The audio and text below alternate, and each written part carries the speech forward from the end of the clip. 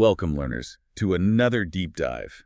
Today, we're taking a pretty ambitious journey, I think, into a realm that's, well, it's epic, definitely dark, incredibly mysterious, but also maybe surprisingly hopeful. Yeah, definitely surprising given the setup. We've got some really compelling source material here. It's a hypothetical script summary, basically, for a continuation of, that massive superhero saga. This one's called Avengers, Beyond the Endgame. That's right. And it's speculative, of course, but it gives this really insightful look at what could happen when reality itself, the thing they fought so hard to save, it just starts fraying at the edges. Fraying, that's a good word for it.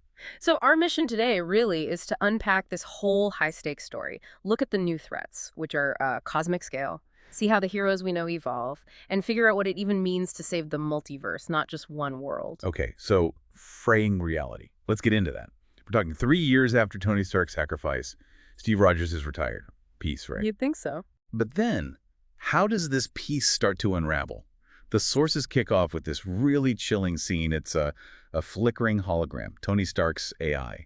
And it gives this warning. If you're seeing this, reality is breaking. Just like that. What does that tell us right away?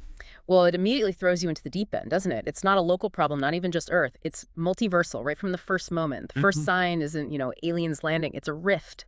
And something is actively messing with Earth's past, rewriting it. Rewriting timelines. Whoa. Exactly. So the conflict is instantly bigger, way more complex, and definitely more mysterious than, say, Thanos just wanting to snap his fingers. This is about the very structure of history across potentially infinite realities. Okay, so reality is breaking. That sounds bad. What's the first, visual we get of this? The source material gives us something pretty terrifying, right? Oh, yeah. It's not subtle. It hits hard. You see Thor, but not our Thor. He appears from a torn timeline, and he's distorted, corrupted, properly dark. So like an evil Thor, a variant? A variant, yeah. Twisted by something much worse than Thanos ever was. It's a really disturbing image, seeing a hero like that turned into, well, a monster. Chilling is the word. So it begs the question, what could possibly corrupt someone like Thor? Right, and that's where the material introduces the real big bad, Kang the Conqueror. But not just, a Kang. This is a version who's started merging timelines together. His goal, a one sacred empire. His empire. Merging timelines, like just mashing them together. Consuming them, essentially. It's insidious. He's not just conquering places. He's erasing possibilities, erasing entire realities to impose his singular vision. It really pushes the villain concept into some weird multiversal territory. Okay, so against that kind of threat, this epic reality-eating threat, the sources show us a new Avengers team stepping up. Who's on the roster? Well, you've got Doctor Strange, kind of the strategist, the multiverse expert. You've got Peter Parker, Spider-Man, still dealing with the whole Iron Man legacy thing. Right, big shoes to fill. Huge. Then Sam Wilson as Captain America, bringing that moral compass. Shuri stepping up as the tech genius, kind of in Tony's mold, but her own way. A redeemed Wanda Maximoff, more in control, hopefully. Ant-Man and Cassie Lang handling the quantum tech side, navigating the small spaces, and Kate Bishop as the new Hawkeye. That's quite a lineup. What makes this specific team, you think, suited for Kang? More so than maybe the original lineup. Is it just power levels or something else? That's a really good question. It's not just about power. It's about legacy and adaptation. Every single one of them is carrying something new, right? A responsibility, a burden. Strange and Wanda have the mystical chops for this kind of reality-bending chaos. Yeah, makes sense. Shuri, Scott, Cassie, they've got the tech, the quantum understanding you absolutely need for this. And then Peter, Sam, Kate. They're the heart, the human element, the morality. Kang's all about cold, hard order. This team, they're messy, human, unpredictable. That might be their biggest advantage. They bring different skills, different perspectives. So adapting to the threat. Okay. Now, the story apparently takes a really dark turn. They have to go into these broken realities, these timeline cracks. Yeah, to stop the whole thing collapsing, they have to dive in. The sources give 3 examples, and they are pretty bleak. Okay, play them on us. First, a world where Tony Stark never became Iron Man. And it's already fallen. Kang rules it completely. Wow. So just that one change. Exactly. It hammers home how much individual choices matter, how fragile our own timeline might be. Without that one hero, that world just succumbed. It really makes you think, the what ifs. Definitely makes you think. Okay, what else? It gets darker. It does. Then there's a reality where Ultron won. And get this, Vision is a warlord, leading Ultron's forces. No way. Vision, that's twisted. Totally twisted. A complete perversion of everything he stood for. And then the third one, maybe the darkest, a shattered reality filled with zombie Avengers. Zombie Avengers. Oh, come on. Really? Yep. Grotesque, decaying heroes, relentlessly hunting them. The sources are clear. These aren't just quick stops. Each world teaches them something vital, forces desperate fights, gives them clues about Kang. What kind of lessons can you possibly learn from zombie Avengers other than run? Well, besides that, yeah. Yeah. They act as dark mirrors. The Ultron Vision world shows how ideals can be corrupted from within. A warning, maybe. The zombie world, that's the ultimate consequence of failure. It shows what happens when even heroes fall completely. It's a psychological nightmare for them, seeing their friends like that. But maybe they also see weaknesses, or even strange abilities born from these broken worlds, things they can use. It forces them to confront the sheer scale of Kang's damage. Okay, that is seriously dark. But you mentioned hope earlier. Where does that come in amongst all this horror? Well, here's the surprising twist. Amidst all the darkness, there's this beacon. Peter Parker, right? He's still wrestling with Tony's legacy.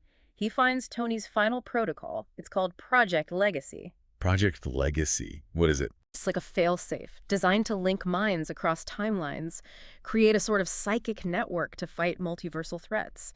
But, and here's the kicker, it needed someone pure, someone with no corruption, no darkness. Okay, so who does it pick? Not Strange, not Peter. Nope. It chooses Cassie Lang, Scott's daughter. Young, brave, pure-hearted. Cassie? Wow, why her? Out of everyone. That's the big question, isn't it? And I think it speaks volumes. It's about innocence, potential, the next generation. It's this really powerful, hopeful contrast to Kang's whole cynical, power-hungry thing. It suggests maybe the key isn't experience or power, but spirit. And you get these great little moments like Scott saying, "That's my girl," and Peter adding, "Just like her dad, but better." It really hits you emotionally, hope coming from somewhere totally unexpected. Okay, I like that. So Cassie is key. And this leads somewhere intense, right? This mind war. Yeah, it gets really cerebral. Wanda and Doctor Strange, they have to enter what the sources call the multiversal mind core. Think of it like the nexus of consciousness for all realities. And there, they confront Kang's true form. Not another variant, but his true form. Exactly, and it's not a fist fight. He's described as this being outside of time itself, literally feeding on the fear from all the broken realities he's caused. Strange apparently nearly loses his mind in there. It's pure psychological horror. So how do you fight something like that, something made of fear? That's the fascinating part. It's not about power levels. It's about will, sanity. Kang is basically weaponized existential dread. And the turning point, according to the sources, Wanda confronts a version of herself, one from a timeline where she apparently did destroy the multiverse, a nightmare version. Oh, wow. That's heavy. Incredibly heavy. But instead of fighting it, she forgives herself. That act of self-acceptance, of inner peace, is what shatters Kang's hold, his illusions. It shows that hope, even self-forgiveness, can be a weapon against this kind of cosmic mental torment. It's a really powerful, hopeful moment within this incredibly dark, mind-bending battle. Forgiving herself. That's a powerful climax. Okay, so they win the mind war. What about the physical fight? Does it all come down to a big brawl? Oh, it definitely does. The climax unfolds in what's called the fractured arena. And get this, it's literally made of fragments of different timelines all smashed together. Seriously, an arena made of broken realities. Yeah, and they're not just fighting one Kang, they're fighting infinite Kang variants pouring in. It sounds completely epic, just overwhelming. Infinite Kangs, how do they even stand a chance? It's about coordination. Sam Wilson is leading troops from all these different realities, a truly multiversal army. Shuri manages to hack Kang's own time weapon, this chronosphere, using it to pin him down. Turning his tech against him? Nice. Exactly. And Peter Parker channels Stark's armor tech, becoming this Iron Spider Prime for a moment, a fusion of legacies. It's everyone playing their part, using everything they've learned. It really shows that epic scale we talked about, not just visually, but strategically. Iron Spider Prime. Yeah. Cool nod. So how does it actually end? Who lands the final blow? The key seems to be Wanda and Cassie working together. Combining their unique abilities, Wanda's reality warping power, and whatever Cassie taps into through Project Legacy, they manage to trap Kang in some kind of temporal loop, taking him off the board. Trekked in time. Okay. But the final decisive moment, the line that seals it, it comes from Cassie Lang herself. She tells Kang, "The future isn't yours to control, it's ours to build." Wow, that line. That really lands the hopeful message, doesn't it, after all that darkness? It absolutely does. It's the Yeah. perfect statement. The new generation literally telling the ultimate control freak that destiny isn't his to write. It underlines that whole theme. The journey was dark, terrifying even, crossing zombie-filled realities and mindscapes, but the victory is built on hope, choice, and building something new. Free will winning out. Okay, so Kang is defeated, trapped. Reality maybe starts healing. What happens right at the end? As things settle, the Watcher appears, Uatu, and he delivers this really profound message. He says, the Endgame was a moment in time, but beyond it lies the next age of heroes. And then the key part, not because they are gods, because they choose to be human. Choose to be human. After fighting infinite Kangs and cosmic horrors, what does that really mean? What kind of heroism is that? That's maybe the core takeaway, isn't it? It completely reframes what being a hero is. It's not about having the most power or being invulnerable. It's about the choices you make. Empathy, sticking together, resilience, sacrifice, even when you're facing, everything. In a multiverse full of terrifying possibilities, maybe just holding onto your humanity, choosing connection over conquest, that's a real superpower. It's a really hopeful and philosophical note to end on after all that cosmic chaos. A powerful thought. But it's never really over, is it? The sources mention post-credit scenes. Oh, yeah. Always got to have those. First, you get a clear Young Avengers Assemble moment. Cassie, Kate Bishop, America Chavez, even Harley Keener, the kid from Iron Man 3, looking at blueprints together. Harley Keener.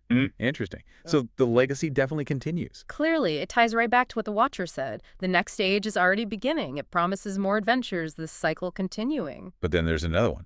Something more. Ominous. A final glimpse. Dr. Doom. In some secret dimension, finding bits of the collapsed timelines Kang left behind. And he just murmurs, fools, you've only delayed the inevitable. Okay, so that leaves us, the learners, with a big question, right? Even defeating Kang, this massive multiversal threat, was it really a final victory? Or is every endgame just setting up something else? Maybe something even more complex, more mysterious down the line. Exactly. It leaves you wondering if absolute victory is even possible in a reality this vast and unstable. Maybe the triumph isn't about ending all threats forever, but about that constant choice Uatu mentioned. The perpetual willingness to stand up, to choose humanity, to build that future Cassie talked about, even knowing another inevitable might be lurking. The journey beyond the endgame, maybe it's not about reaching an end at all, but about understanding that the fight, the evolution, the exploration, it just keeps going.